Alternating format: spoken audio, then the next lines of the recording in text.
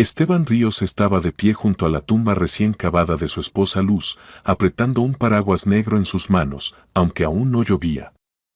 Simplemente sostener algo en las manos era más fácil que dejarlas colgar sin propósito a los lados del cuerpo. A su alrededor se agolpaban los familiares de Luz, su hermana Alba con su marido Víctor, primos hermanos, tías, parientes lejanos a quienes solo veía en funerales y bodas. Todos decían las palabras correctas de pésame, pero Esteban sentía algo falso, fingido en sus voces, como si estuvieran interpretando papeles en una mala obra de teatro. Esteban, mantente fuerte, susurraba a Alba, abrazándolo por el hombro. Su voz temblaba por las lágrimas, pero Esteban notó que sus ojos estaban secos. Luz era tan buena, un alma tan luminosa. Dios se la llevó antes de tiempo. Pero ahora está en el cielo, mirándonos desde allí. Esteban asentía mecánicamente, sin escuchar estos lugares comunes consoladores. En su cabeza aún no podía asimilar, hace apenas una semana Luz se preparaba para ir al funeral del abuelo Basilio en Córdoba. El abuelo había muerto repentinamente, un ataque al corazón a los 82 años. Luz era la única de las nietas que realmente amaba al anciano y lo visitaba regularmente en los últimos años. Los demás familiares aparecían solo en las grandes festividades, y no siempre, considerando al abuelo gruñón y aburrido. Iré sola, había dicho entonces, besando a su marido en despedida. Esteban recordaba cada detalle de esa mañana, cómo se paró frente al espejo del recibidor, arreglándose la blusa negra, cómo se secaba con un pañuelo los ojos enrojecidos por las lágrimas. Ya sabes cuánto me amaba el abuelo. Quiero despedirlo dignamente, como se merece. Me quedaré junto al ataúd, hablaré con los vecinos, veré si alguien necesita ayuda. ¿Tal vez vayamos juntos?, había sugerido entonces Esteban. El viaje es largo, estás alterada. No, querido. Tienes una presentación importante mañana en la oficina, no vale la pena arruinar todo por mí. Yo me las arreglaré. El abuelo siempre decía que era la más fuerte de todas sus nietas. Esas fueron sus últimas palabras. En el viaje de regreso, ya tarde el lunes por la noche, ocurrió el accidente. Según los agentes de tráfico, Luz perdió el control en la carretera mojada después de la lluvia, el coche se salió de la autopista, volcó y se incendió. Cuando llegaron los servicios de rescate, ya era demasiado tarde. Esteban recordaba esa llamada a las 6:30 de la mañana del martes. La voz del agente de policía era cansada y oficial, pero se sentía una compasión genuina. ¿Esteban Ríos? Necesita venir urgentemente a Córdoba. Su esposa ha sufrido un grave accidente de tráfico. ¿Está viva?, susurró Esteban, ya sabiendo la respuesta por la entonación. Lamentablemente, no. La muerte fue instantánea en el lugar del accidente. Mis más sinceras condolencias. Todo lo demás se recordaba como en una niebla terrible. La noche sin dormir, el viaje a Córdoba al amanecer, la morgue del hospital con su asfixiante olor a formol y muerte. La identificación se convirtió en una pesadilla real. El rostro de Luz estaba tan desfigurado por el fuego y los fragmentos de vidrio que era imposible mirarlo. Alba sollozaba a su lado, Víctor la sostenía de la mano y le susurraba algo al oído, tratando de consolarla a ella y a sí mismo. Esteban, no te tortures, suplicaba a Alba cuando el patólogo forense le propuso entrar a la morgue para la identificación final. Recuerda la hermosa, como era en vida. No hace falta mirar lo que queda. Esa no es ella, es solo una cáscara mutilada. Pero el procedimiento de identificación era obligatorio. Esteban se forzó a entrar en la habitación fría y mirar lo que yacía bajo la sábana blanca. Cabello carbonizado, rostro desfigurado, pero la complexión, su anillo de bodas, todo coincidía.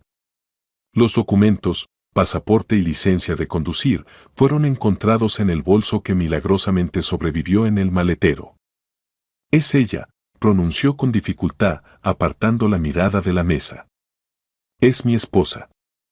Todos los demás trámites los asumieron los familiares de Luz, ellos también insistieron en el ataúd cerrado, ellos organizaron el traslado del cuerpo de vuelta a la ciudad, ellos encargaron el velorio y eligieron el lugar en el cementerio. Entiende, Esteban, explicaba Víctor cuando discutían los detalles del funeral en una cafetería de carretera, después de un accidente tan terrible es mejor que la gente recuerde a Luz viva y hermosa. Porque pueden surgir todo tipo de rumores, ya sabes cómo le gusta a la gente discutir estas tragedias. Dirán que no se abrochó el cinturón, o que había bebido, o algo por el estilo. Esteban estuvo de acuerdo. Le daba igual. Luz ya no estaba, eso era lo que importaba. Todo lo demás parecían niñedades que no merecían atención. ¿Qué importaba qué flores encargar y cuántos coches habría en el cortejo? Lo principal ya había pasado, su vida se había dividido en antes y después. Ahora, de pie junto a la tumba en este soleado día de octubre, miraba las coronas y flores, los rostros de las personas que pronunciaban discursos sobre lo maravillosa que era Luz, y no sentía nada. Vacío. Como si junto con Luz también se hubiera ido su alma, dejando solo una cáscara vacía que asentía mecánicamente en respuesta a las condolencias y agradecía las palabras bondadosas. Que la tierra te sea leve, querida hermanita, sollozaba Alba, arrojando un puñado de tierra sobre la tapa del ataúd. Perdónanos a todos por no haber podido protegerte. Perdona que no te retuvimos ese día. Frase interesante, perdónanos a todos. ¿Por qué pedir perdón? Pero Esteban no se detuvo a reflexionar sobre las palabras. El dolor hace extrañas a las personas, las hace decir tonterías, buscar culpa donde no la hay. La ceremonia se alargaba. El sacerdote leía oraciones, su voz sonaba monótonamente en el silencio del cementerio. Los familiares pronunciaban por turnos palabras de despedida, cada uno consideraba su deber decir algo sobre la difunta. Esteban escuchaba sus relatos sobre Luz y se sorprendía, ¿realmente hablaban de su esposa? Esta mujer perfecta de sus discursos poco se parecía a la Luz viva con sus pequeñas debilidades, rarezas y costumbres. Esteban sentía como la tierra se desvanecía bajo sus pies. No metafóricamente, literalmente. Las piernas se le doblaban, círculos negros flotaban ante sus ojos, un zumbido resonaba en sus oídos. El calor, el estrés, las noches sin dormir se hacían sentir. Necesito alejarme, susurró a Alba cuando otro familiar comenzó un largo discurso sobre cómo Luz lo había ayudado en un momento difícil. Por supuesto, querido, por supuesto, asintió ella, mirando comprensivamente su rostro pálido. Ve. Nosotros terminaremos todo aquí, no te preocupes. Esteban caminó lentamente por el sendero hacia la salida del cementerio. Detrás de él aún sonaban voces, pero ya no se volvió. La despedida había tenido lugar. Luz ya no estaba. Ahora tocaba vivir de alguna manera, aunque Esteban no tenía idea de cómo hacerlo. ¿Para qué levantarse por las mañanas ahora? ¿Para qué trabajar, hacer planes, soñar con el futuro? Todos sus planes estaban relacionados con Luz. En la puerta del cementerio, en un viejo banco de madera, estaba sentada una niña de unos 10 u 11 años. Delgada, con un abrigo gastado obviamente demasiado grande y largo para ella, con ojos oscuros serios que parecían demasiado adultos para su rostro. Frente a ella en el suelo había una lata de conservas con monedas sueltas. «Señor, deme para un poco de pan», pidió en voz baja cuando Esteban se acercó. Su voz era clara pero cansada. Él mecánicamente buscó en el bolsillo de su chaqueta. Allí había 2 billetes de 100 y monedas sueltas. ¿Pero qué importaba?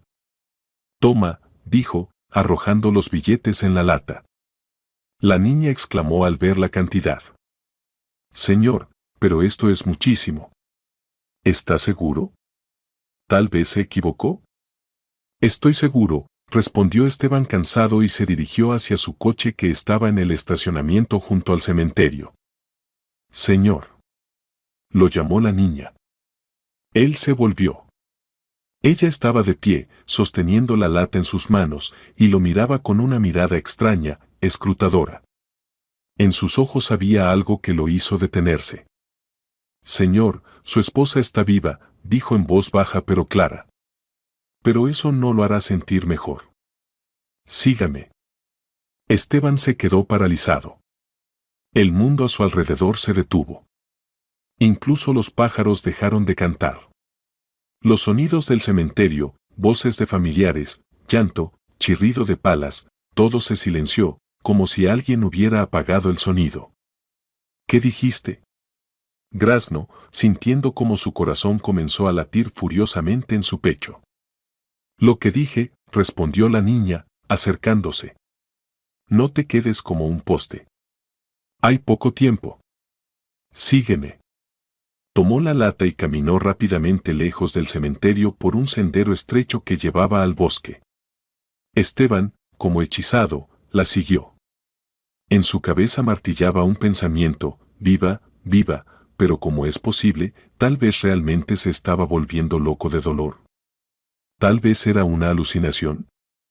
La niña caminaba rápido, con seguridad, obviamente conociendo el camino. Sus pies en zapatillas gastadas saltaban hábilmente sobre hoyos y raíces de árboles. Esteban apenas podía seguirle el ritmo, aún sin creer lo que había escuchado. ¿Viva? ¿Cómo viva? Él mismo había visto el cuerpo mutilado en la morgue, lo había identificado por el anillo y los documentos, había estado en el funeral, había visto con sus propios ojos el ataúd descendiendo a la tumba. Espera. Le gritó cuando se adentraron en el bosque. Espera, explica qué quisiste decir. La niña se volvió sin reducir el paso. Te explico cuando lleguemos. Aquí no es seguro hablar. Hay demasiados oídos curiosos cerca. ¿Qué oídos? Esteban miró alrededor. En el bosque no había ni un alma. Diferentes. Algunas personas realmente no quieren que la verdad salga a la luz. Y en el cementerio siempre hay alguien, trabajadores, visitantes, transeúntes casuales. Giraron del sendero principal a un camino apenas visible, cubierto de hierba. Esteban de repente se dio cuenta de que no sabía a dónde iba, y esto lo inquietó. Escucha, ¿cómo te llamas? Preguntó, esperando al menos aliviar un poco la tensión. Arrin, respondió brevemente la niña. Irene Ruiz. Irene, no entiendo qué está pasando. Tú eres solo, se trabó, no sabiendo cómo llamar delicadamente a su ocupación. ¿Una mendiga? Sonrió la niña. Sí, a veces tengo que pedir dinero. Pero no soy una mendiga común, tío Esteban. Veo y escucho mucho. ¿Cómo sabes mi nombre? Lo escuché en el cementerio, Esteban, cuando la gente hablaba contigo. Y además, llevo 3 días observando a tu esposa. ¿Observando? ¿Cómo? ¿Por qué? Irene se detuvo y se volvió hacia él. En sus ojos había una seriedad no infantil, una fatiga adulta. Tío Esteban, sé mucho más de lo que le gustaría saber a una niña de mi edad. Mi mamá, Fabiana Ruiz, trabaja como auxiliar de limpieza en el hospital número 3. Ha estado limpiando allí durante 5 años, conoce todos los rincones. Y yo a veces la ayudo después de la escuela, saco la basura, limpio los pisos en los pasillos. ¿En qué hospital? En el que está detrás de este bosque. Hospital Municipal número 3. Allí hay una gran unidad de cuidados intensivos donde yacen personas en coma y aquellos que han recibido heridas graves. Y entre ellos hay una mujer. Ingresó el lunes, y yo la vi. El corazón de Esteban comenzó a latir más rápido. ¿Qué mujer? Cuéntame en detalle. Hermosa, de unos 30 años. Exactamente como en la fotografía de la tumba. Cabello claro hasta los hombros. Yace en la 7ª habitación de cuidados intensivos desde hace 4 días. Y ayer escuché por casualidad una conversación entre 2 enfermeras. Decían que esta paciente yace bajo documentos ajenos. ¿Qué decían exactamente? Una le dijo a la otra, esta de la séptima habitación no es Ana Serrano, como está escrito en la ficha. El doctor León la trajo. Dijo que los familiares no quieren publicidad, problemas familiares. Y la segunda respondió, sí, problemas son problemas. Escuché que el asunto tiene que ver con alguna herencia. Esteban sintió como la tierra nuevamente se desvanecía bajo sus pies, pero ahora por otra razón. León, ese era Sergio León, el primo hermano de Luz. ¿Era realmente posible? ¿Su esposa estaba viva? ¿Estás segura de lo que escuchaste? Sí, estoy segura. Tengo buen oído y no acostumbro inventar cosas. Y cuando luego vi la fotografía en el cementerio que pusieron hoy allí, entendí, es la misma mujer. Solo que en la fotografía está sonriendo y en el hospital yace inconsciente. Salieron a la carretera. Adelante apareció el edificio gris del hospital, una construcción soviética típica de los años 70, larga, baja, con muchas ventanas. Esteban se detuvo, tratando de asimilar lo que había escuchado. Irene, si dices la verdad, entonces esto significa. Esto significa que te engañaron, terminó la niña. A tu esposa no la enterraron. En ese ataúd yace otra persona.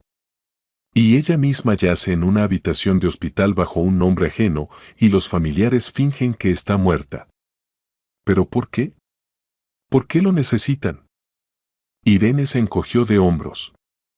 No sé exactamente. Pero si pensamos.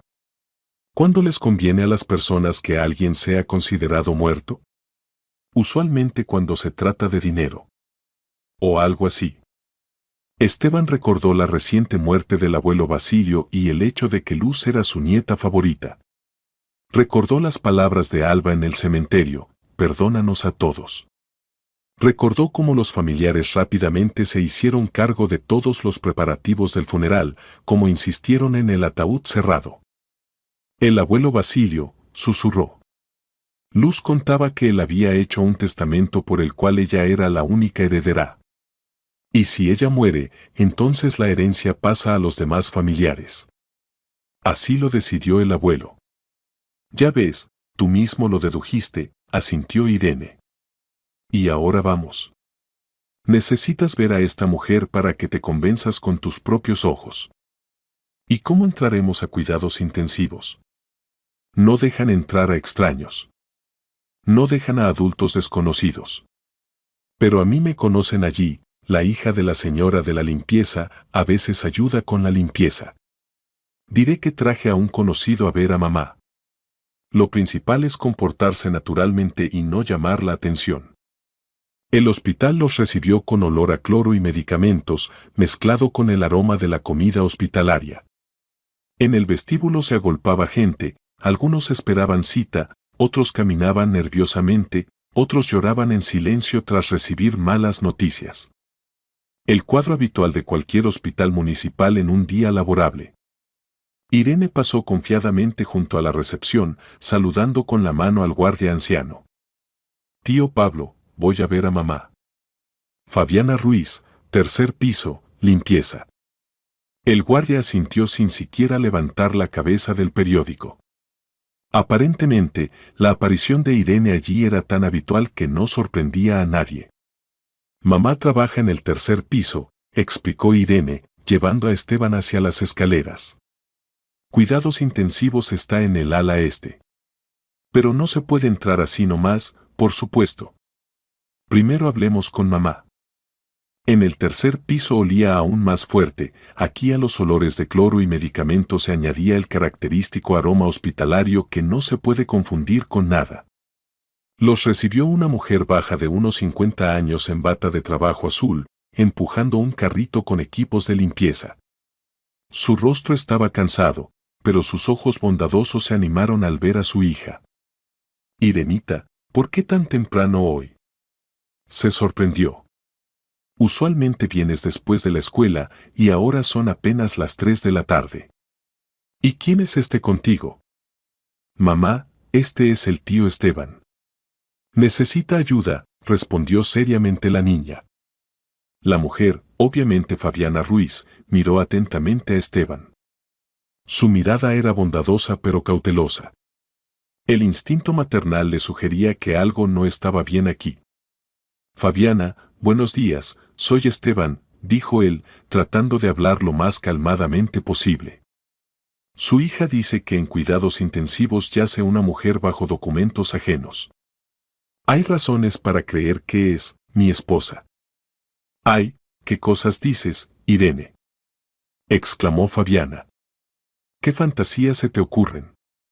Mamá, no son fantasías, insistió Irene. Yo misma escuché cómo las enfermeras hablaban sobre la mujer de la séptima habitación. Y la vi con mis propios ojos, exactamente igual que en la fotografía del cementerio. Fabiana palideció y miró nerviosamente alrededor. Irene. Habíamos acordado que no andarías más merodeando por cementerios y que te callarías sobre lo que escuchaste por casualidad. Mamá, ¿y si realmente es la esposa del tío Esteban? ¿Si la pusieron aquí a propósito bajo un nombre falso para que todos piensen que está muerta? Esteban se acercó. Fabiana, entiendo que esto suena increíble. Pero mi esposa murió en un accidente exactamente el lunes. Si hay aunque sea la mínima posibilidad de que esté viva. Se lo ruego, ayúdeme. ¿Cómo está registrada la paciente según los documentos? Fabiana vaciló, luego suspiró pesadamente. Ana Serrano, 30 años.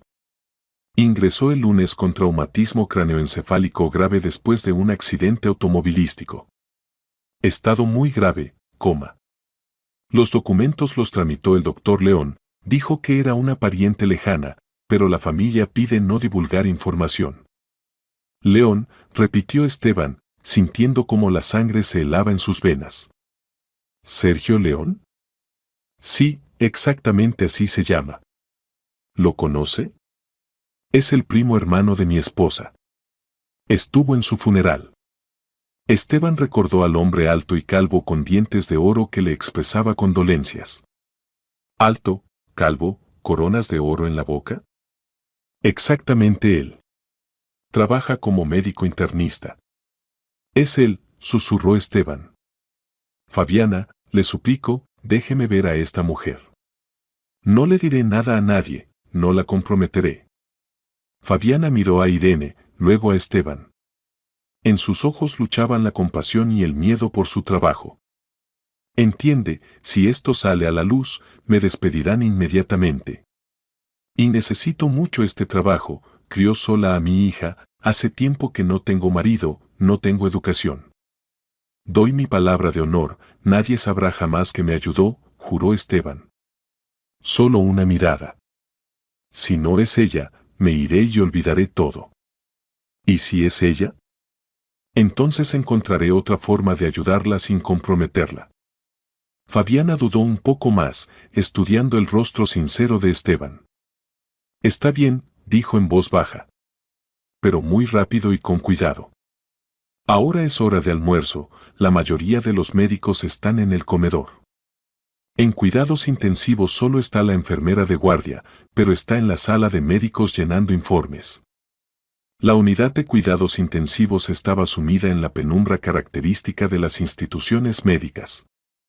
Las persianas en las ventanas amortiguaban la luz del día, creando una atmósfera de silencio concentrado.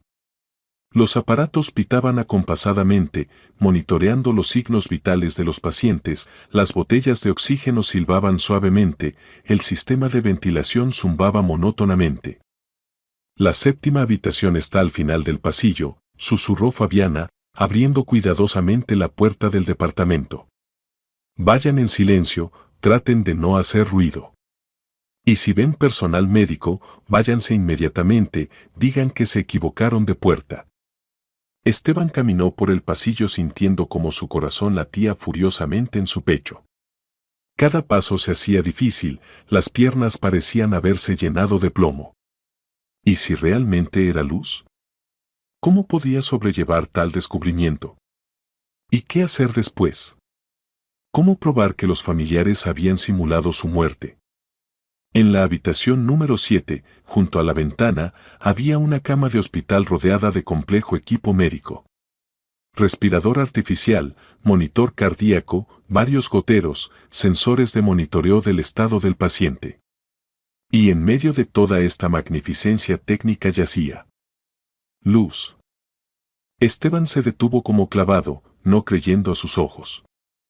Su esposa yacía en la cama del hospital, viva, respirando. El rostro estaba pálido e inmóvil, pero absolutamente entero, sin quemaduras, sin rasgos desfigurados. El cabello estaba peinado, alguien obviamente la cuidaba. En el hombro izquierdo distinguió el lunar familiar, en la muñeca el tatuaje apenas visible en forma de mariposa. Luz, susurró, extendiendo la mano pero sin atreverse a tocarla. No la toque, advirtió suavemente Fabiana acercándose.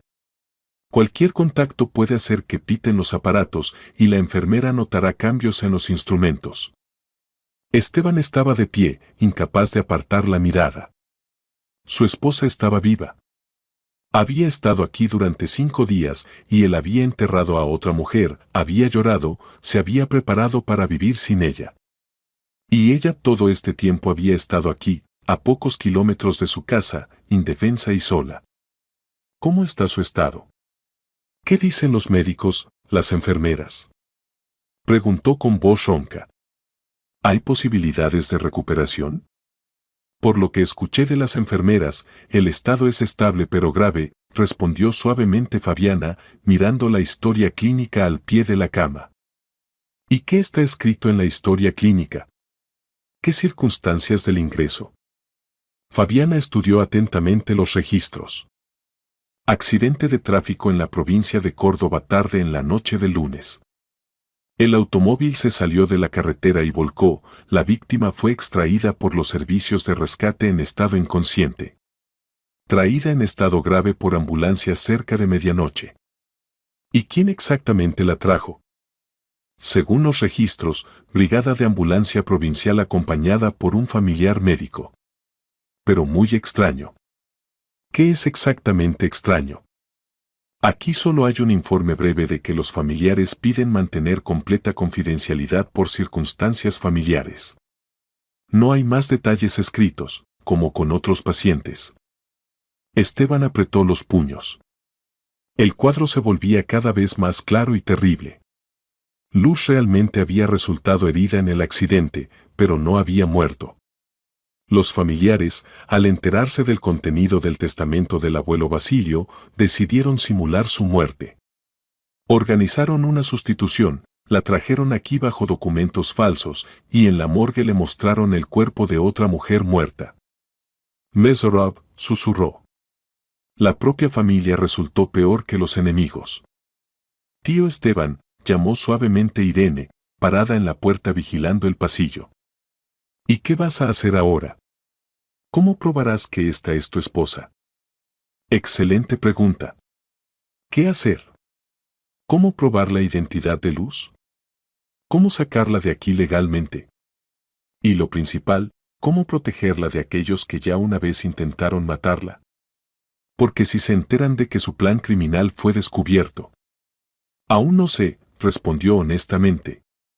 Necesito pensar bien, consultar con un abogado. De repente en algún lugar del pasillo se escucharon pasos que se acercaban. 2 personas, a juzgar por el sonido, y hablaban de algo serio. Rápido, fuera de aquí. Se asustó Fabiana. Esos son médicos que regresan del almuerzo.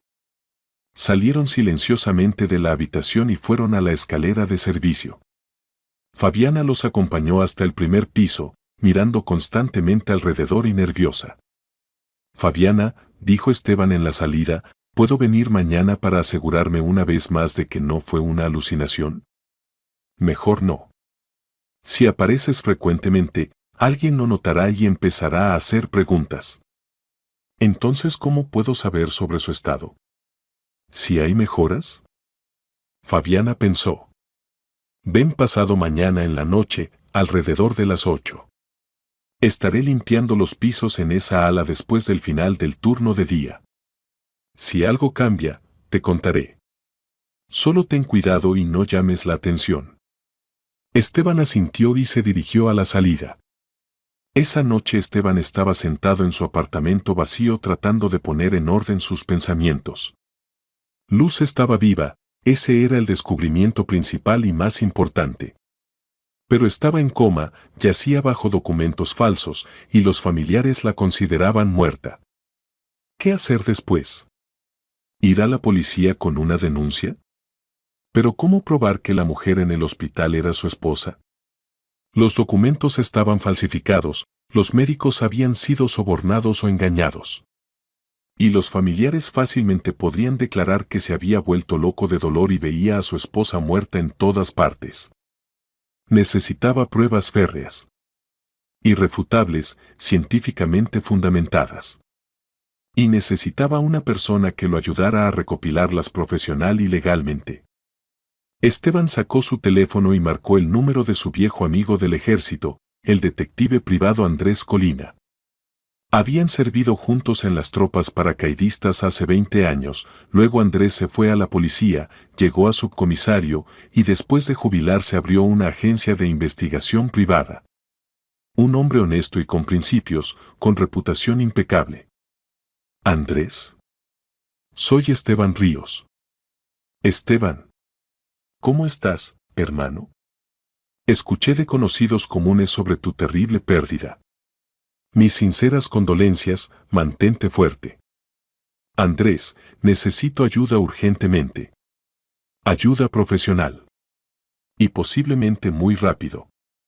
Te escucho atentamente. ¿De qué se trata? Esteban contó detalladamente toda la historia increíble, el accidente, la identificación en la morgue, el funeral, el encuentro con la niña Irene, el hospital. Andrés escuchaba en silencio, ocasionalmente preguntando detalles y escribiendo algo en un cuaderno. Esteban, ¿te das cuenta de que toda esta historia suena como el delirio de una persona mentalmente enferma? Dijo cuando Esteban terminó su relato. Me doy cuenta. Pero la vi, Andrés. Era Luz, mi esposa. Estoy seguro al 100%. Supongamos que tienes razón. Entonces estamos ante un crimen muy serio y bien organizado. Estafa en gran escala, falsificación de documentos oficiales, intento de asesinato. ¿Qué quieres específicamente de mí? Ayúdame a reunir pruebas irrefutables. Averigua quién estaba en la morgue cuando me mostraron el cuerpo.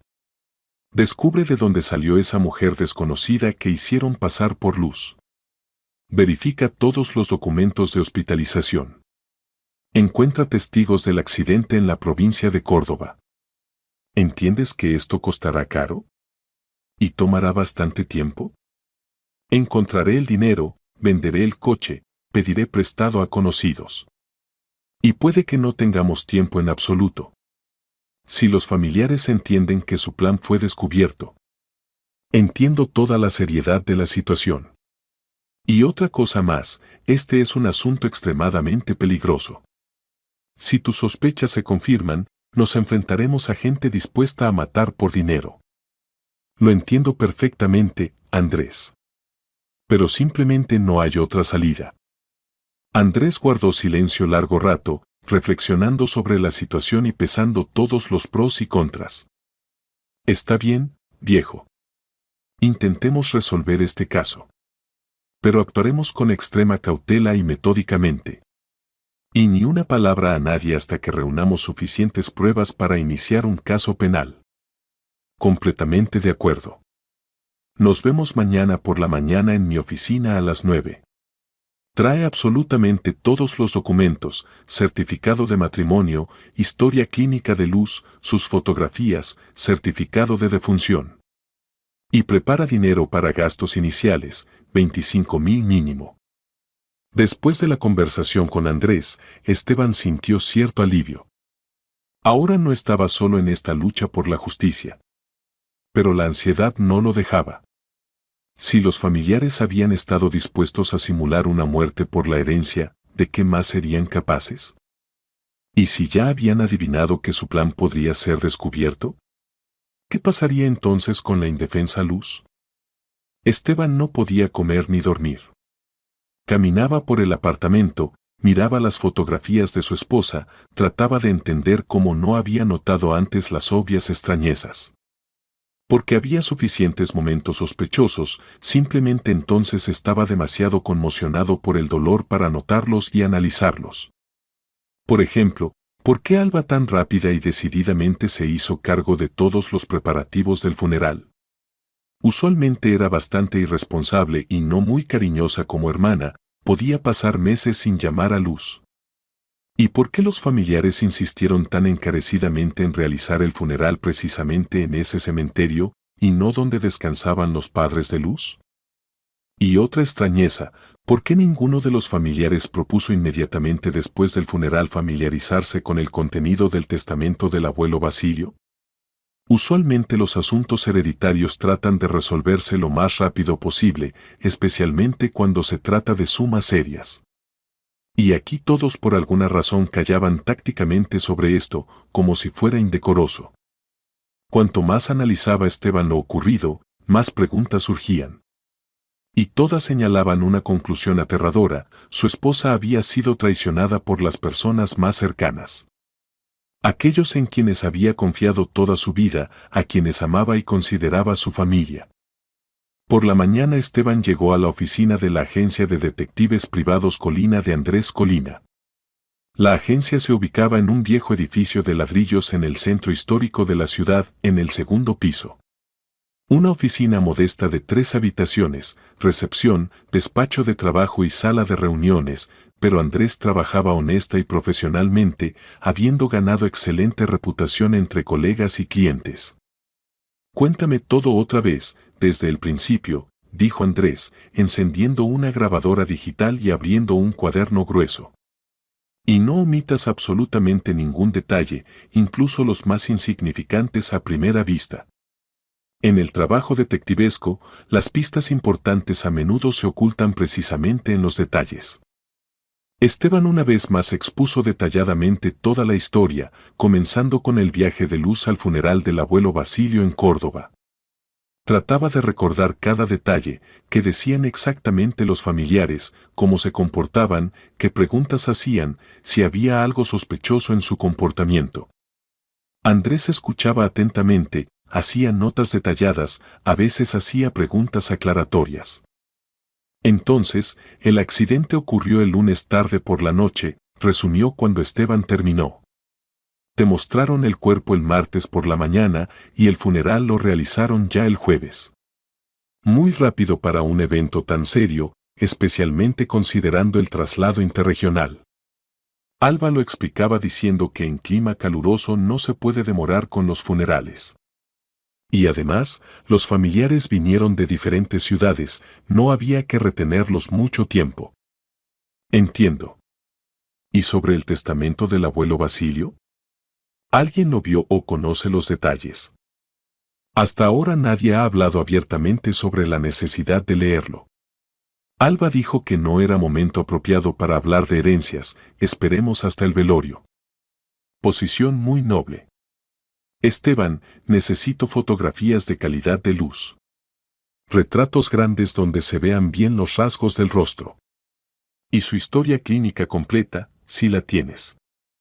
La historia clínica la tengo, Esteban sacó una carpeta con documentos. Y las fotografías, sacó su teléfono. Estas son las más recientes, las tomé hace 2 meses en la casa de campo de unos amigos. Andrés estudió atentamente las fotografías en la pantalla del smartphone. Mujer muy hermosa. ¿Y hay marcas particulares? Lunares, cicatrices, tatuajes, algo que ayude en la identificación sin error. Lunar en el hombro izquierdo, bastante notable. Cicatriz en la rodilla derecha de una lesión infantil, se cayó de la bicicleta, la cosieron en urgencias. Y un pequeño tatuaje en la muñeca de la mano izquierda en forma de mariposa, se lo hizo en los años universitarios. Excelente. Estas marcas son suficientes para identificación precisa. Ahora el plan de nuestras acciones. Yo voy a la morgue municipal, averiguaré a quién y cuándo trajeron allí, quién se ocupó del papeleo. Tú mientras tanto reúne información lo más detallada posible sobre todos los familiares de Luz, dónde trabajan, qué ingresos tienen, si hay deudas, créditos, problemas financieros serios. ¿Y qué hacer con el hospital donde yace Luz? Por ahora categóricamente nada. Es demasiado arriesgado aparecer allí una vez más. Si nos descubren prematuramente, a tu esposa pueden trasladarla urgentemente a otra institución médica. O tomar medidas más radicales. Esteban entendía que Andrés tenía absolutamente razón. Había que actuar con máxima cautela y reflexión. Otra condición importante, añadió Andrés. Debes comportarte completamente natural. Eres un viudo destrozado por el dolor que lentamente trata de volver a la vida normal. Nada de preguntas sospechosas a los familiares, nada de rarezas en el comportamiento. ¿Entendido? Entendido y recordado. Y por si acaso, trata de no quedarte solo en casa por mucho tiempo, especialmente por las noches. Si mis sospechas se confirman, bien pueden intentar eliminarte también a ti. Porque tú posiblemente también tienes derechos legales aparte de la herencia como esposo de Luz. Tú mismo no viste el testamento, de repente también estás ahí. Seré extremadamente cuidadoso, prometió Esteban. Y memoriza mi número de celular. Si algo pasa, llama inmediatamente, a cualquier hora del día o la noche. No te cohibas. Andrés Colina era un detective muy experimentado con 20 años de experiencia en organismos de seguridad. Durante estos años había adquirido muchos contactos y conexiones útiles que ahora lo ayudaban activamente en la práctica privada. En la morgue municipal lo conocían bien y confiaban en él, había ayudado repetidamente en casos complejos de identificación de fallecidos. Andrés. Se alegró sinceramente el patólogo Simón al ver al detective en su pequeño despacho. ¿Qué vientos te traen? ¿Qué caso misterioso te condujo hasta nosotros? Investigo un caso muy complejo, Simón. Necesito información detallada sobre una mujer que trajeron la semana pasada. Ríos, Luz, 32 años, murió en accidente automovilístico. Ah, recuerdo bien ese caso. Realmente fue una historia muy extraña e inusual. Usualmente después de accidentes tan serios con incendio los fallecidos tienen una apariencia completamente diferente. Y esta mujer se veía como si hubiera dormido pacíficamente. Explica en detalle qué quieres decir. Bueno, entiende, me informaron preliminarmente por teléfono que traerían víctima de accidente terrible. Y cuando miré el cuerpo, me sorprendí, el rostro prácticamente entero, solo muy pálido y ligeramente cubierto de hollín. Ni siquiera había quemaduras. ¿Y qué pensaste? Pregunté a los que trajeron el cuerpo. Se confundieron, dijeron que venían de lejos, posiblemente se confundieron con la descripción de otro accidente o exageraron la gravedad de las lesiones. ¿Y quién exactamente trajo el cuerpo a la morgue? 2 hombres de mediana edad. Se presentaron como familiares de la difunta. Los documentos parecían estar en completo orden, certificado oficial de defunción con sello del hospital. Tenían mucha prisa, decían que necesitaban tramitar todo lo más rápido posible y organizar el funeral. ¿Los familiares trajeron personalmente el cuerpo? No a través de la morgue oficial del hospital provincial ni en vehículo especial. Exactamente así, en una furgoneta común. Lo explicaban diciendo que en la morgue provincial había una cola enorme para el trámite y ellos necesitaban muy urgentemente. Incluso pagaron una suma considerable por el trámite acelerado. Andrés frunció el ceño. Esto contradecía todos los procedimientos establecidos y era extremadamente sospechoso. Los cuerpos de otras regiones usualmente se transportan exclusivamente por canales oficiales con observancia de múltiples formalidades. Simón, ¿se pueden estudiar atentamente los documentos de esta mujer? Estrictamente hablando, es información confidencial, acceso limitado. Pero para ti, Andrés, haré una excepción. Simón abrió una caja fuerte metálica y sacó una carpeta voluminosa. Aquí está toda la documentación. Certificado de defunción del Hospital Central de Córdoba. Firma del médico jefe, sello oficial, externamente todo parece legal. Andrés estudió cuidadosamente todos los documentos. Formalmente estaban tramitados correctamente, pero en el contenido había demasiadas frases generales y insuficientes detalles médicos específicos. ¿Y quién realizó el procedimiento de identificación? Está registrado en el libro que fue el esposo de la difunta, según documentos. Pero yo ya no estaba en la identificación. Ese día no trabajé. Entiendo. ¿Y qué pasó con el cuerpo después del trámite? Lo enterraron a los 3 días en el cementerio norte. Andrés tomó varias fotografías de los documentos en su teléfono para análisis posterior. Simón, y en el mismo periodo, el lunes-martes, ¿trajeron a alguien más? ¿Mujeres de aproximadamente la misma edad?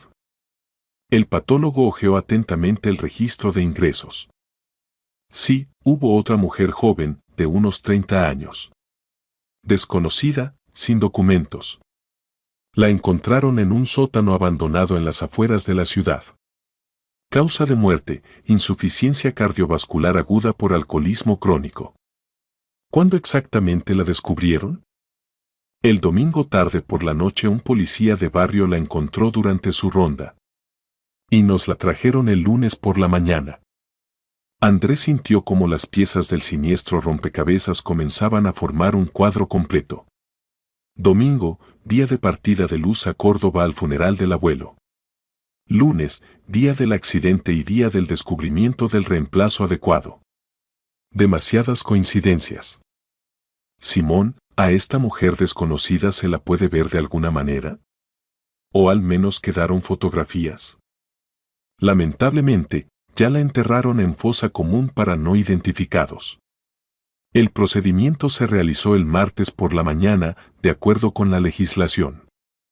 El martes por la mañana, exactamente cuando a Esteban en esta misma morgue le mostraban el cuerpo de su supuestamente fallecida esposa. Gracias, Simón. Me ayudaste mucho en la investigación. De nada, Andrés. Solo ten cuidado. Si aquí realmente hay algo criminal involucrado, entonces participan personas serias. Falsificar documentos médicos oficiales es la alta escuela de la estafa. Entiendo. Seré extremadamente cuidadoso. Y recordé otro detalle. Esos 2 que trajeron el cuerpo, uno de ellos se presentó como médico.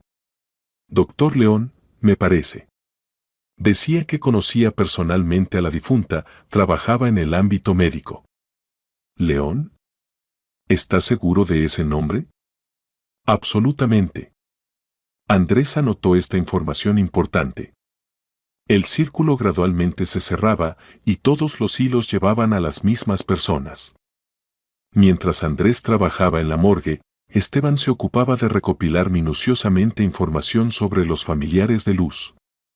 Nunca antes se había interesado por los detalles de sus vidas personales, pero ahora cada detalle podía resultar crucialmente importante para entender los motivos del crimen. Alba Pérez, 45 años, trabajaba como contadora jefe en una empresa constructora mediana Urbano Construye. Casada con Víctor Pérez, quien se dedicaba al comercio mayorista de repuestos de automóviles. No tenía negocio propio, trabajaba como gerente de ventas en una empresa grande. Los esposos nunca habían tenido hijos. Alba no podía tenerlos después de una operación fallida en su juventud, lo que siempre había sido un tema doloroso para ella. Vivían en un apartamento de 2 habitaciones en un viejo edificio de paneles. El coche era un Toyota Camry usado del 2016. En general, una familia de recursos promedio, sin problemas financieros especiales, pero tampoco con grandes ahorros o propiedades costosas. Sin embargo, profundizando más, Esteban descubrió detalles interesantes. Víctor había tomado un préstamo grande hace un año para desarrollo de negocio que nunca se puso en marcha. Los pagos mensuales del préstamo constituían una parte significativa del presupuesto familiar. Alba últimamente trabajaba remotamente por las noches y fines de semana. Sergio León, 52 años, médico internista de primera categoría. Después del divorcio hace 4 años vivía solo, alquilaba un apartamento de una habitación en un barrio residencial de la ciudad. Oficialmente trabajaba en 2 lugares, en la Policlínica Municipal y en el Centro Médico Privado Salud Plus, pero tenía ingresos bastante modestos. Según información de conocidos comunes, León tenía serias dificultades financieras. Deudas de préstamos tomados aún en el matrimonio, alimentos para la exesposa, pago del alquiler, todo esto se comía prácticamente todo el salario. En los últimos meses incluso trabajaba con llamadas privadas a domicilio. Miguel y Pedro Rueda, primos hermanos de Luz por línea paterna. Ambos de unos 40 años, ambos en su juventud habían tenido problemas con la ley, pequeños robos, peleas, vandalismo. Miguel una vez incluso había estado preso 8 meses por lesiones corporales en una pelea de borrachos. Miguel trabajaba como taxista en una pequeña empresa privada, ingresos inestables y bajos. Pedro como cargador en un almacén de alimentos, salario también pequeño. Ambos vivían en apartamentos comunales, no tenían familias, llevaban un estilo de vida bastante marginal. Esteban anotaba toda la información en un cuaderno, tratando de entender la psicología de cada uno de los potenciales criminales. Todos los familiares realmente vivían bastante modestamente, muchos tenían serias dificultades financieras. Una herencia grande del abuelo Basilio podría cambiar radicalmente sus vidas, resolver todos los problemas monetarios de una vez para siempre. ¿Pero realmente por dinero estaban dispuestos a cometer un crimen tan monstruoso? Simular la muerte de una persona cercana requiere no solo codicia, sino también ausencia total de conciencia. Alrededor de las 8 de la noche le llamó a Alba. Su voz era habitualmente cariñosa, pero ahora Esteban captaba notas falsas en ella. Esteban, ¿cómo estás? ¿Cómo el ánimo? ¿No es demasiado pesado estar solo? Normal, Alba. Trato de mantenerme como puedo. Muy bien, querido. Luz no habría querido que sufrieras y te atormentaras. La vida continúa. Escucha, ¿tal vez vienes a casa el fin de semana? Víctor va a hacer asado, nos sentaremos, hablaremos de corazón. Gracias por el cuidado, pero aún no estoy listo para socializar. Mejor me quedo en casa. Entiendo, el dolor es una prueba seria. Pero el aislamiento tampoco es solución. Por cierto, ¿tienes todos los documentos personales de Luz? ¿Certificados, tarjetas bancarias? Esteban se puso alerta. Era la segunda vez que se interesaba por los documentos. ¿Y por qué precisamente ahora? Los tengo, por supuesto. ¿Para qué los necesitas? Bueno, entiende, necesito ocuparme urgentemente de los trámites hereditarios del abuelito Basilio. Ya ha pasado suficiente tiempo y los procedimientos burocráticos son muy largos. El abuelo dejó testamento donde Luz era la heredera principal. ¿Y yo no tengo derecho a una parte de esa herencia como esposo? Alba se calló por varios segundos y en esa pausa Esteban captó algo importante. Por supuesto que tienes pleno derecho, querido. Pero hay matices jurídicos tan complejos, tal papeleo burocrático. Confías en que nos ocupemos de este asunto, ¿verdad? Confío, mintió Esteban. Pero con los documentos esperemos por ahora. Es demasiado pronto aún, no ha pasado ni una semana desde el funeral.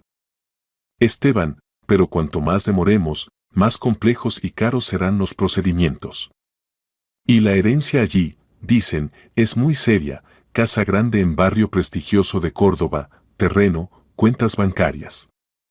Hay que tramitar todo rápido, antes de que aparezcan otros pretendientes. ¿Qué otros pretendientes puede haber? ¿Quién sabe? Parientes lejanos, vecinos del abuelo, sus conocidos. Siempre aparece gente que empieza a afirmar que el difunto les prometió algo o les legó verbalmente. Sabes cómo todos son codiciosos por lo ajeno ahora. Mejor tramitar todo rápido según la ley, para que no haya problemas después. Alba, ¿y el testamento lo viste tú personalmente? ¿O solo escuchaste sobre su existencia? Por supuesto que lo vi. El abuelo en vida mostró la copia. Allí está claramente especificado, heredera principal Luz, y en caso de su muerte, la propiedad se divide por igual entre los demás familiares. Entiendo. Bien, pensaré sobre los documentos. Pero no me apures. No te apuraré, por supuesto. Solo recuerda, el tiempo es valioso, y a los funcionarios les gusta crear retrasos artificiales. Después de la conversación, Esteban inmediatamente llamó a Andrés. Tienen mucha prisa con los asuntos hereditarios. Alba otra vez pidió los documentos de Luz, habla de la urgencia del trámite. Naturalmente. Necesitan legalizar todo lo más rápido posible, antes de que alguien sospeche la verdadera situación. ¿Qué le respondiste? Dije que lo pensaría, pero que es pronto aún. Táctica correcta. Gana tiempo, pero no demasiado demostrativo.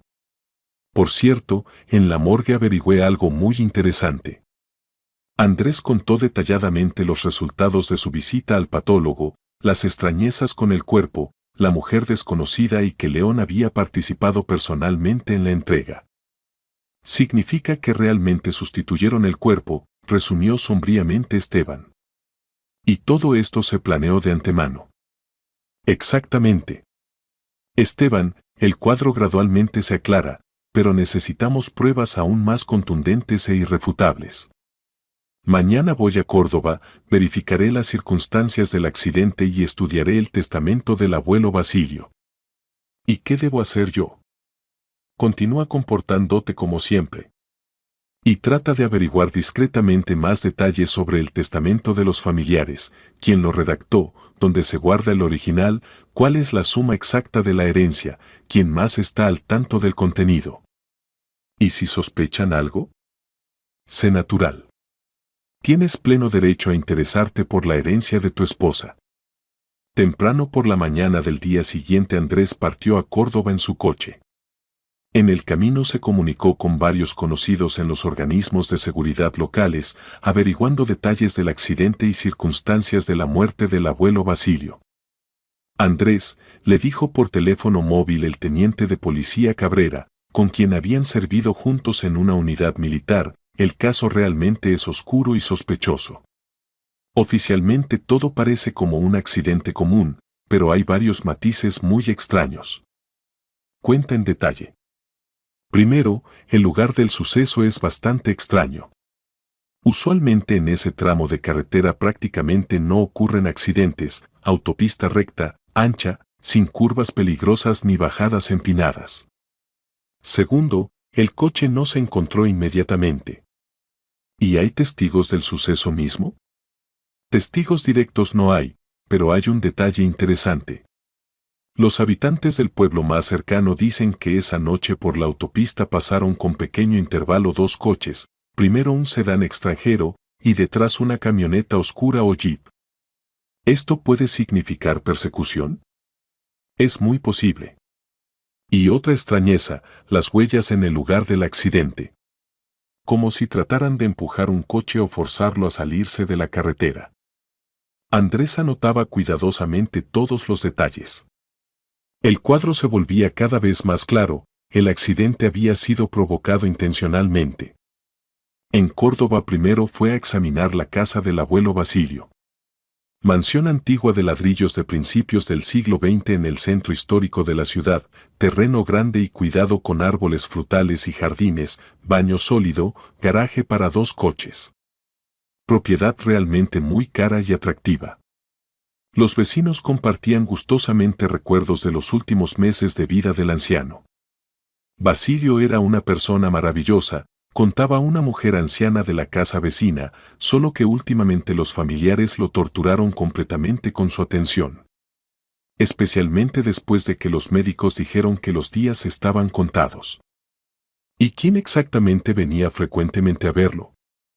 Todos los sobrinos y sobrinas. Antes no aparecían durante años, ni siquiera felicitaban en cumpleaños y fiestas. Y aquí de repente se volvieron tan cariñosos. Especialmente Alba con su marido venía casi todos los fines de semana. Y traía a esos dos hermanos, los Rueda, creo. ¿Y cómo se relacionaba el abuelo con esto? De diferentes maneras. Me decía una vez, solo Luz realmente me ama. Y estos todos solo esperan mi muerte para obtener la herencia. ¿Y la nieta Luz que tan frecuentemente visitaba al abuelo? Luz venía regularmente desde hace muchos años, desde la infancia. Cada mes mínimo, o más frecuente. El abuelito la amaba mucho, esto todos los vecinos lo sabían. La llamaba su única nieta verdadera. Andrés anotó los contactos de varios vecinos para posibles testimonios futuros y fue al hospital local donde falleció Basilio. En la institución médica se enteró de que el anciano realmente había muerto de infarto extenso de miocardio. ¿Y los familiares sabían sobre la redacción del testamento? Se interesó Andrés del médico tratante. ¿Y cómo que sabían? Ellos mismos insistieron en llamar urgentemente al notario.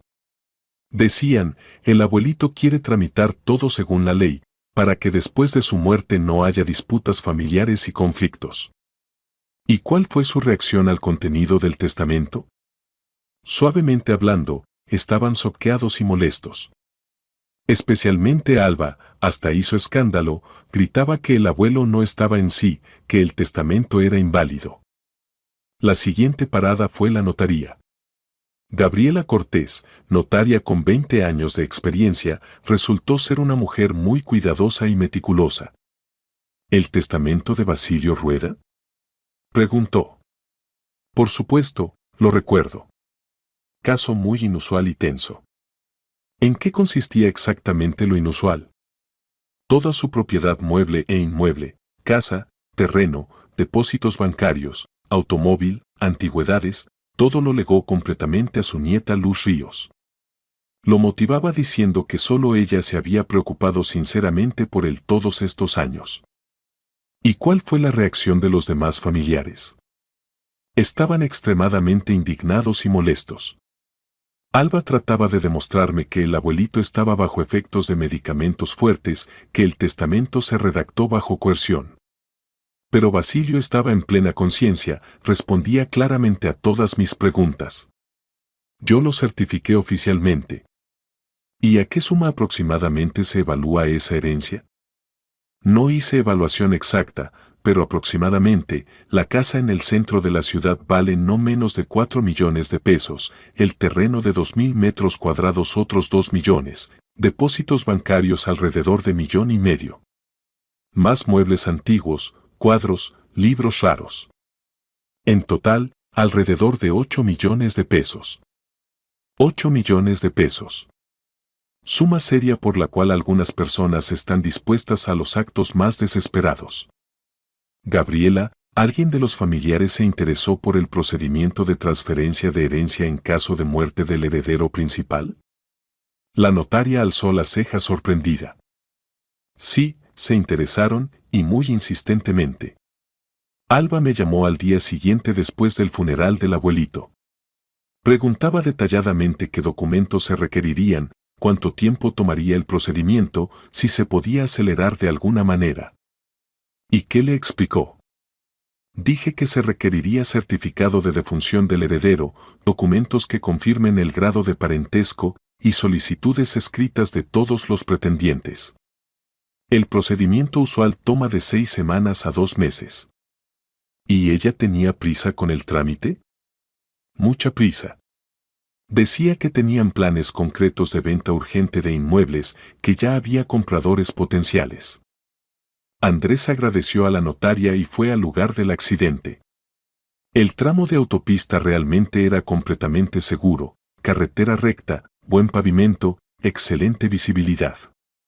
En el arcén y asfalto descubrió huellas características, rayaduras largas y rosaduras, claramente evidenciando que trataron de sacar un coche de la carretera.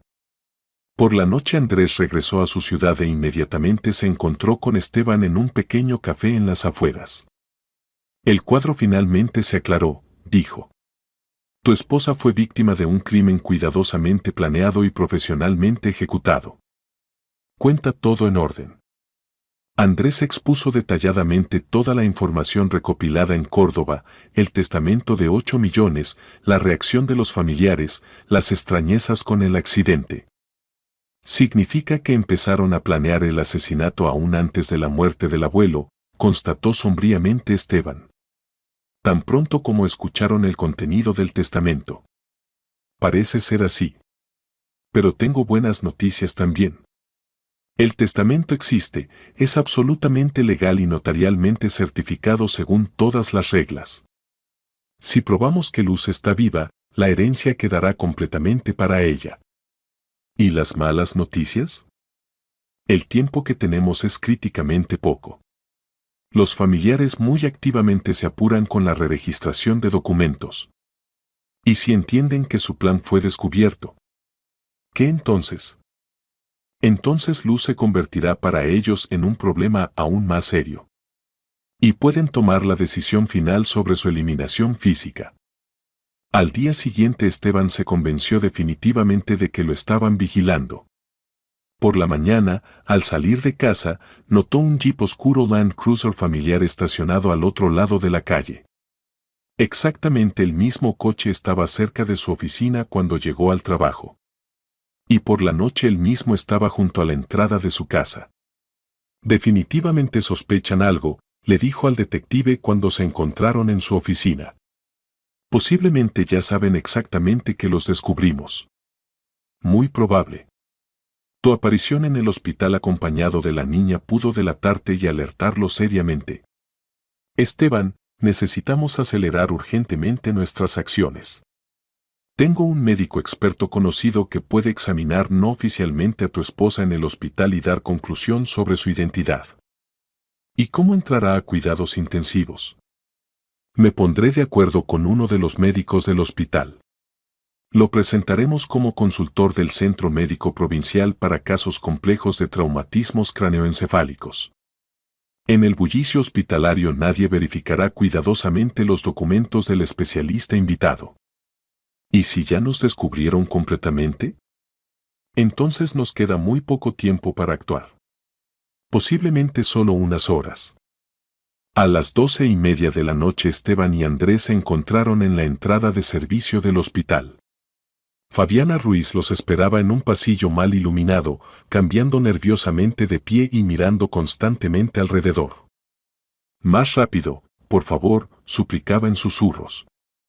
El médico de guardia se durmió hace media hora en su oficina, pero la enfermera de guardia puede regresar en cualquier momento de la ronda del departamento de terapia. ¿Y con la seguridad qué?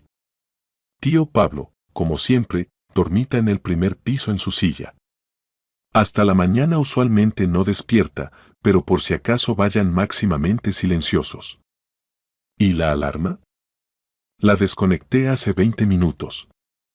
Pasaron cuidadosamente por el pasillo de servicio hacia la escalera que llevaba a la unidad de cuidados intensivos. Esteban llevaba camilla médica plegada, Andrés una bolsa con medicamentos necesarios por si acaso Luz no toleraba bien la desconexión de los aparatos. La unidad de cuidados intensivos los recibió con sonidos habituales, pitido monótono de cardiomonitores, silbido suave de botellas de oxígeno, zumbido compasado del sistema de ventilación. En la penumbra de la guardia nocturna estos sonidos parecían especialmente siniestros e inquietantes. La 7ª habitación está al final del pasillo, susurró Fabiana. Vayan muy cuidadosamente, traten de no hacer ruido. Pasaron silenciosamente por el pasillo junto a otras habitaciones donde yacían pacientes en estado grave. Esteban trataba de no mirar a los lados. Estas figuras inmóviles bajo sábanas blancas hospitalarias en la penumbra nocturna se veían demasiado lúgubres y deprimentes. La habitación número 7 se iluminaba solo con la luz suave de la lámpara de cabecera. Luz yacía en la misma cama de hospital, conectada al complejo equipo médico. En el silencio de la noche los sonidos de los aparatos de soporte vital parecían especialmente fuertes.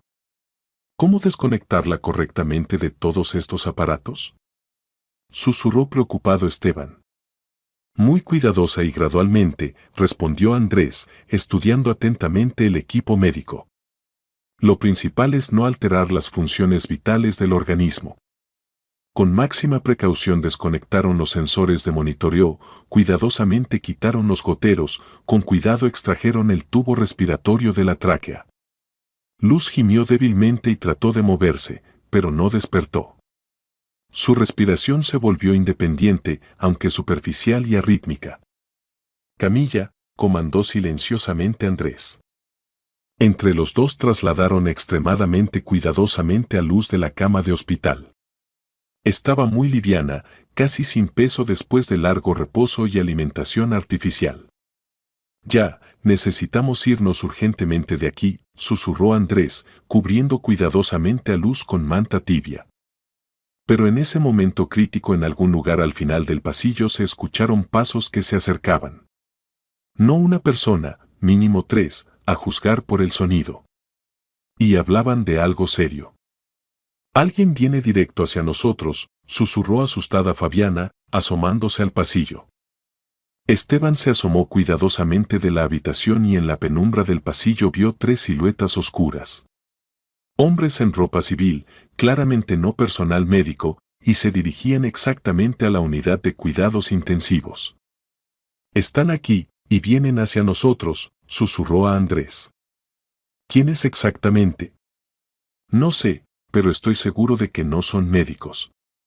Demasiado tarde para ronda médica planificada.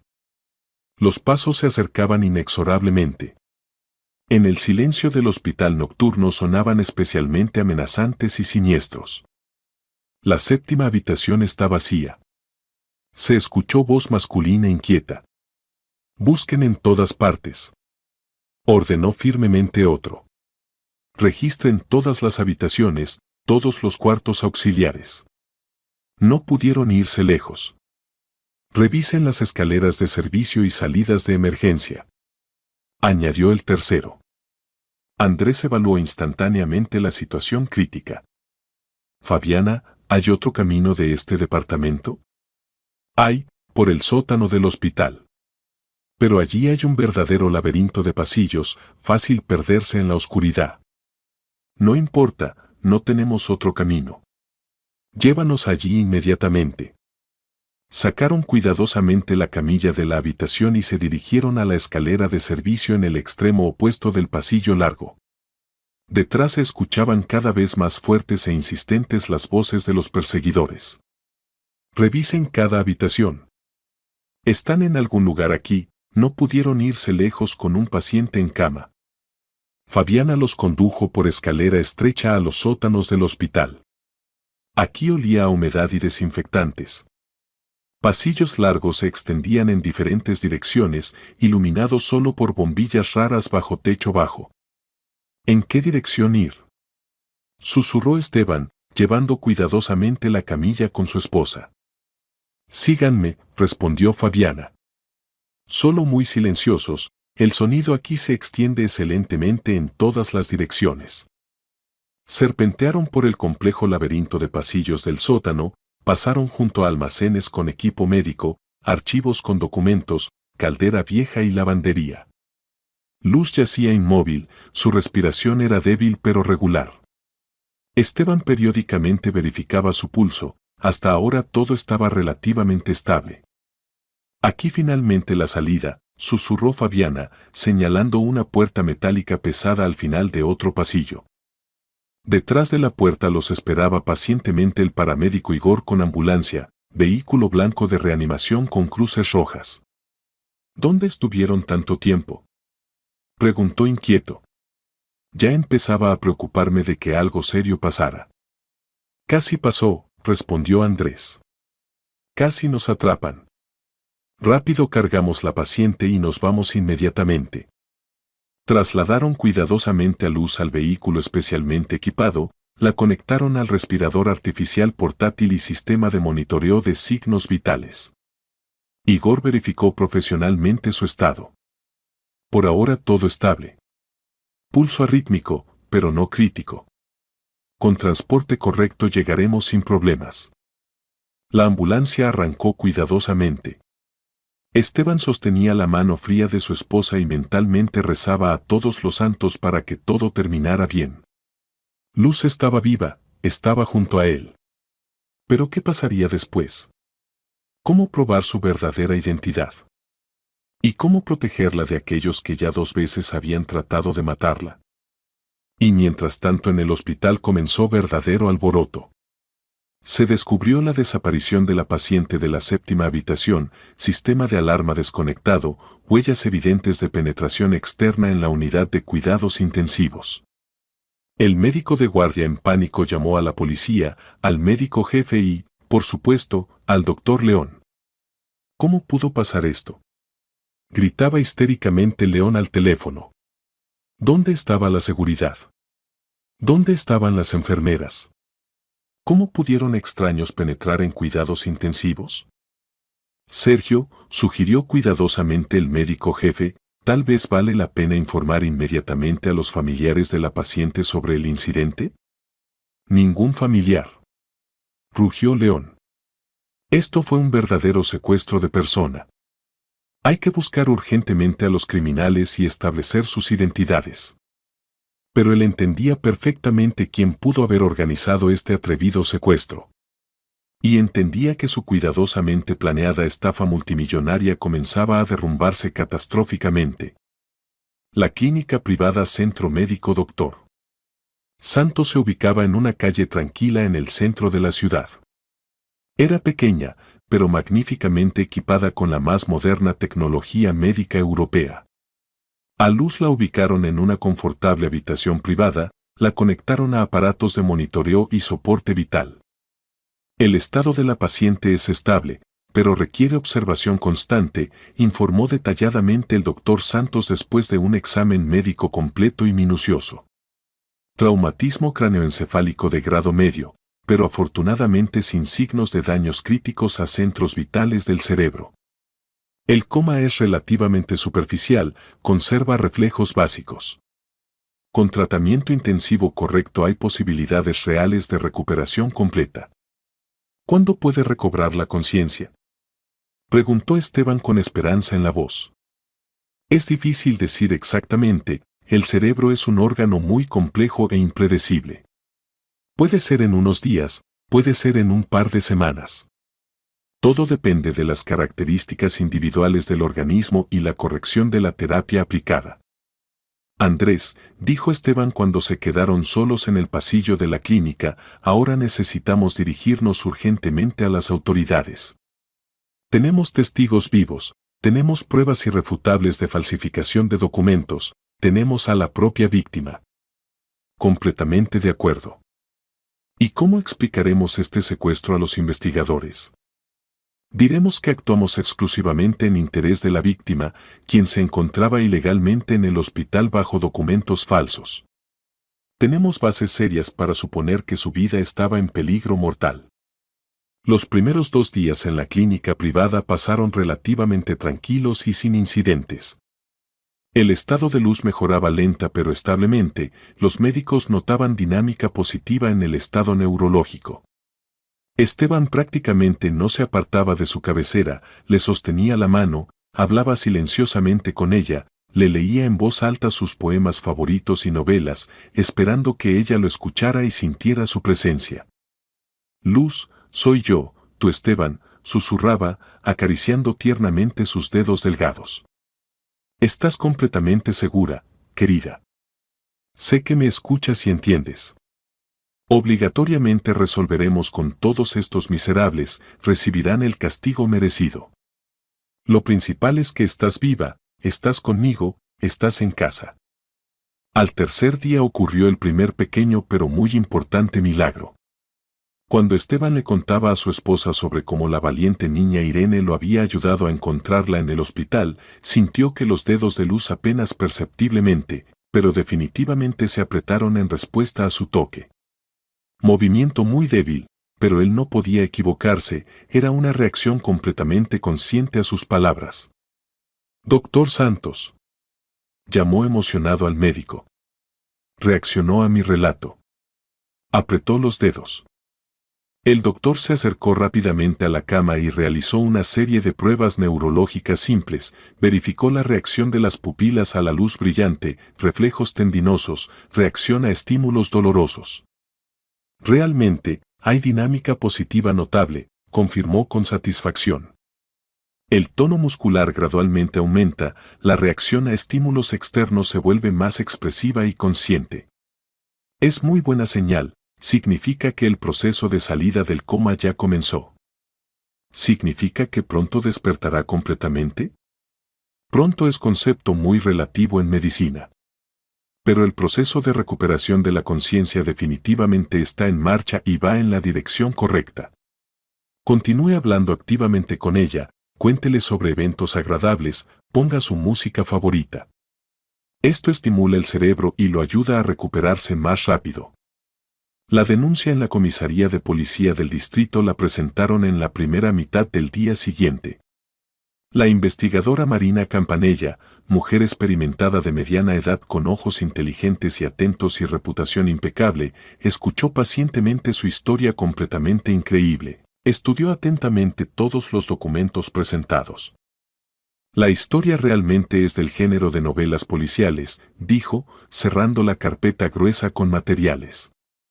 Pero las pruebas son muy serias, convincentes y científicamente fundamentadas. Basándome en los materiales presentados inicio causa penal por los artículos estafa en escala especialmente grande, falsificación de documentos oficiales e intento de asesinato con circunstancias agravantes. ¿Qué tan rápido se puede detener a todos los sospechosos? Se interesó el experimentado Andrés. Ya hoy en la segunda mitad del día enviaré varios grupos operativos para detención simultánea. Pero primero es necesario asegurar custodia confiable de la víctima. ¿Dónde se encuentra actualmente? Esteban dio la dirección exacta de la clínica privada del Dr. Santos. Excelente. Inmediatamente organizo custodia las 24 horas por empleados de investigación criminal. Y usted, Esteban, también sea extremadamente cuidadoso en los próximos días. Los criminales en desesperación pueden intentar huir o borrar huellas por cualquier medio. ¿Y qué hacer con el hospital donde yacía mi esposa bajo documentos ajenos? Realizaremos verificación de servicio completa y minuciosa, interrogaremos a todo el personal médico sin excepción. Averiguaremos quién estaba al tanto del esquema criminal y participó activamente y quién actuó sin conocer las verdaderas circunstancias. Las detenciones masivas comenzaron en la segunda mitad del mismo día. A Alba y Víctor Pérez los tomaron en casa durante la cena, cuando discutían planes de venta urgente de la casa del abuelo y división del dinero obtenido. A Sergio León lo arrestaron directamente en el hospital, durante consulta planificada de pacientes en la policlínica. A los primos hermanos Rueda los detuvieron en sus trabajos, en el taxi y en el almacén. Todos fueron tomados por sorpresa y no esperaban para nada tal desarrollo veloz de eventos.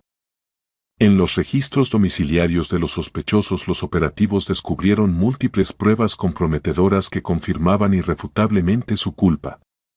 Correspondencia activa por teléfono con discusión detallada de todos los aspectos del crimen, recibos de pago por servicios de médicos sobornados, incluso notas manuscritas con plan detallado de simulación de muerte y acciones posteriores.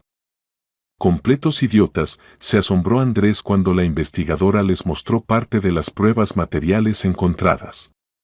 Guardaban en casa absolutamente todas las pruebas de sus crímenes, como recuerdos.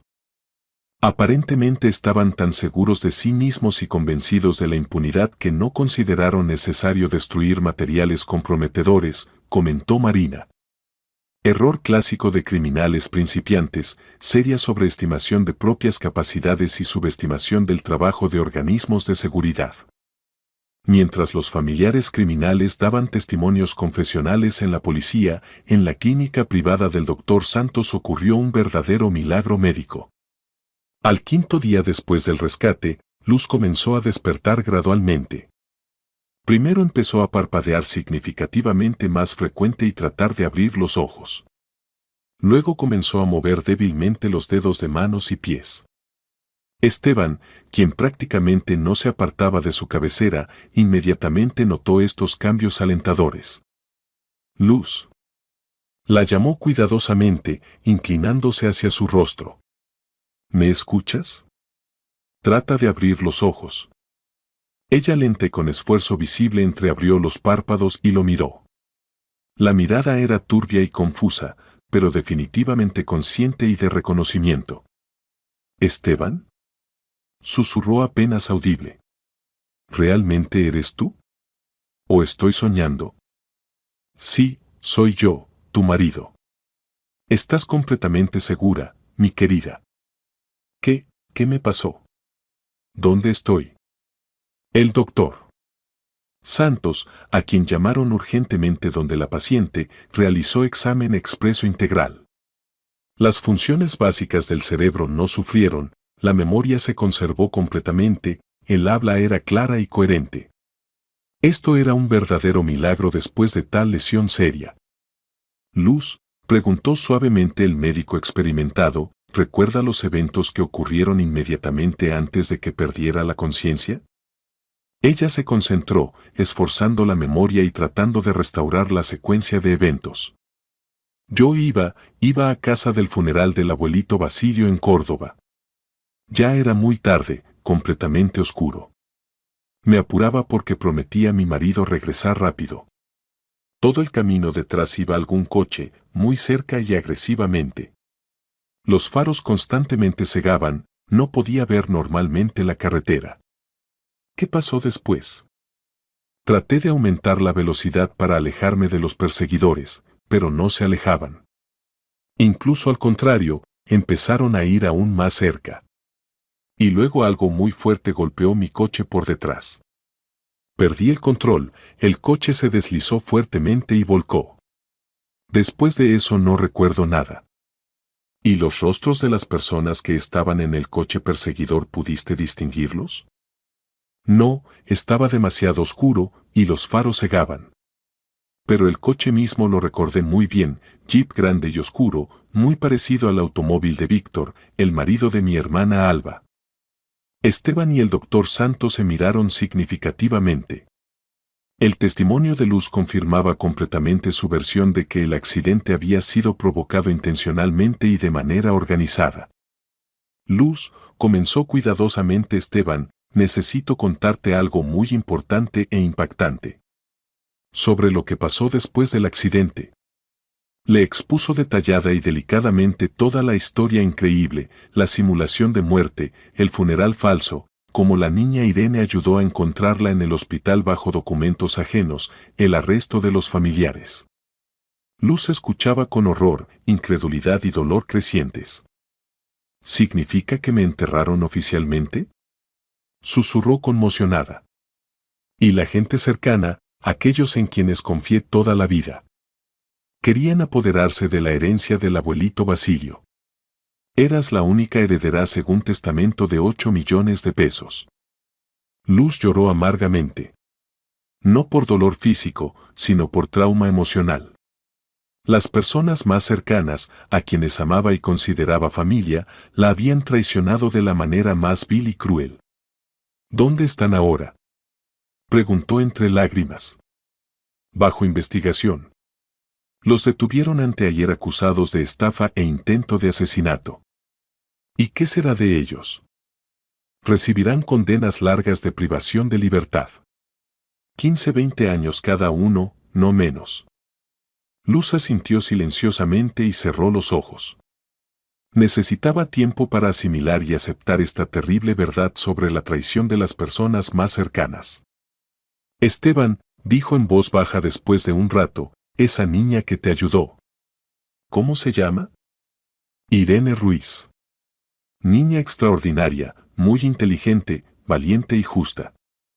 Quiero agradecerle obligatoriamente.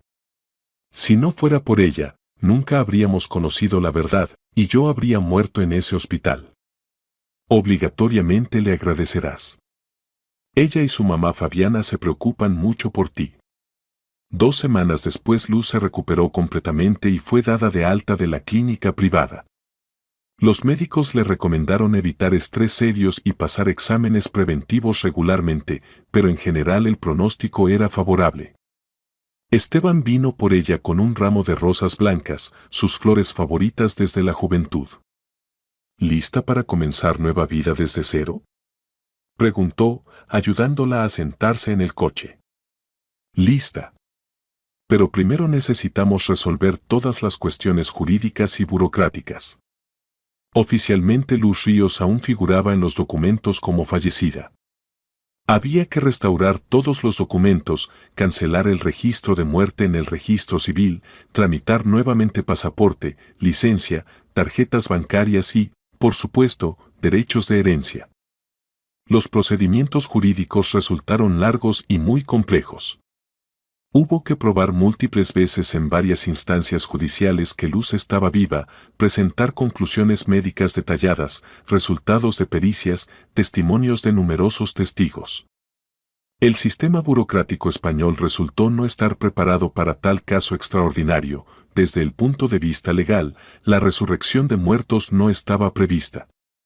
Pero al final la justicia triunfó.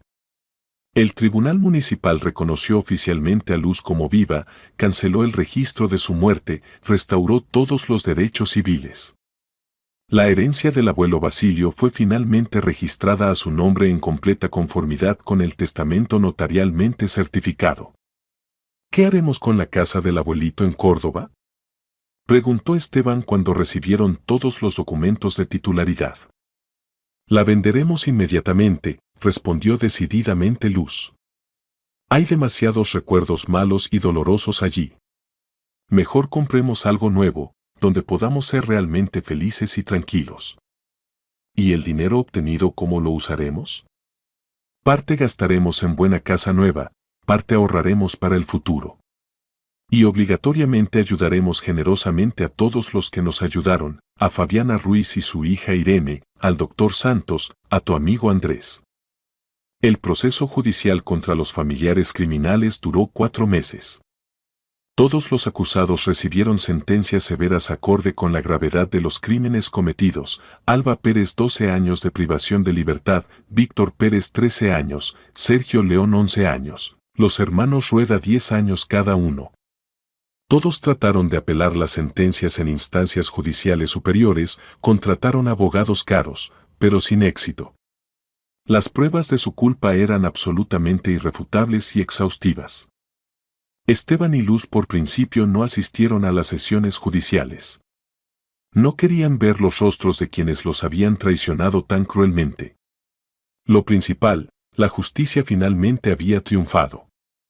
Un mes después del final del proceso judicial, Esteban y Luz fueron de visita donde Fabiana Ruiz y su maravillosa hija Irene. Querían agradecerles personalmente por la ayuda invaluable y apoyo en los momentos más críticos. Sin ustedes nunca habríamos conocido la terrible verdad, dijo Luz, abrazando fuertemente a Fabiana. Arriesgaron su trabajo y seguridad personal por personas completamente desconocidas. Ay, ¿qué dicen? Era nuestro deber humano, se avergonzaba la buena mujer. Simplemente no se podía permitir tal injusticia monstruosa. Mamá actuó correctamente, declaró seriamente Irene de 11 años. Yo le dije al tío Esteban que su esposa estaba viva. ¿Recuerdan? Todos rieron recordando ese día dramático en el cementerio. Realmente, Irene había resultado ser profetisa sorprendentemente exacta. Luz estaba viva, pero lo vivido había dejado cicatrices imborrables en las almas de los esposos. Irene, dijo Luz, quiero proponerte algo muy importante. Eres niña increíblemente inteligente y talentosa, debes tener excelente educación y futuro brillante. ¿No quieres transferirte a buen colegio? Estamos preparados para pagar completamente toda la educación y clases adicionales.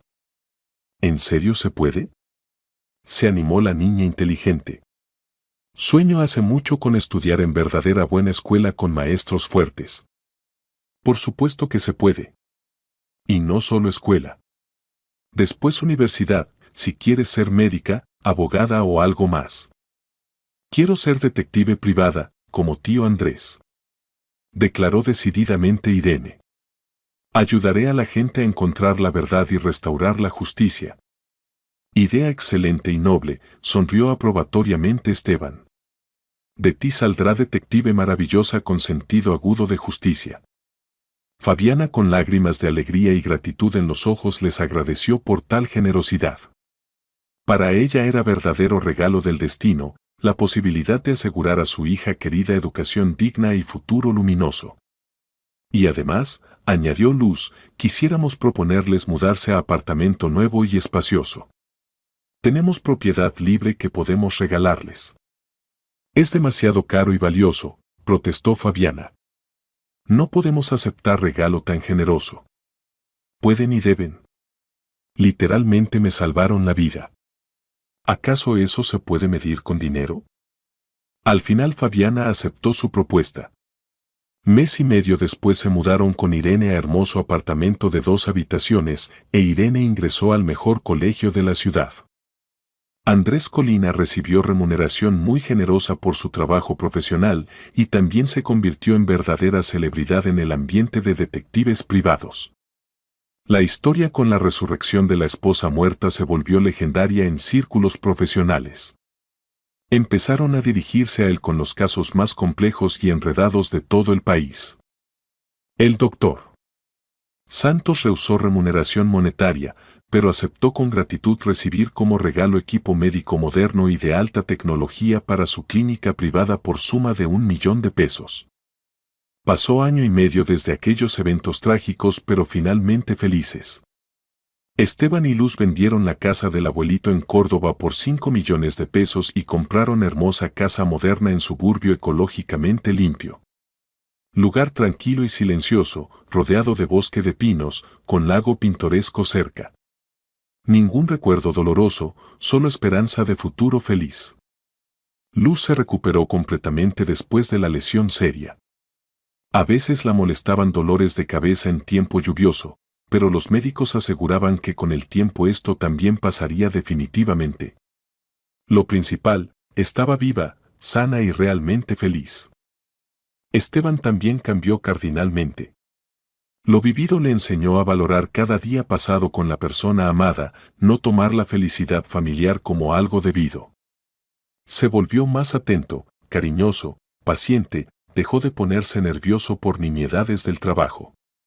Trabajo, crecimiento profesional, bienes materiales, todo esto pasó a segundo plano comparado con el tesoro principal de la vida, familia fuerte y amorosa. La vida continuaba. Hermosa segunda vida llena de sentido profundo, que recibieron gracias al valor de una niña pequeña y la fuerza del amor verdadero y sincero.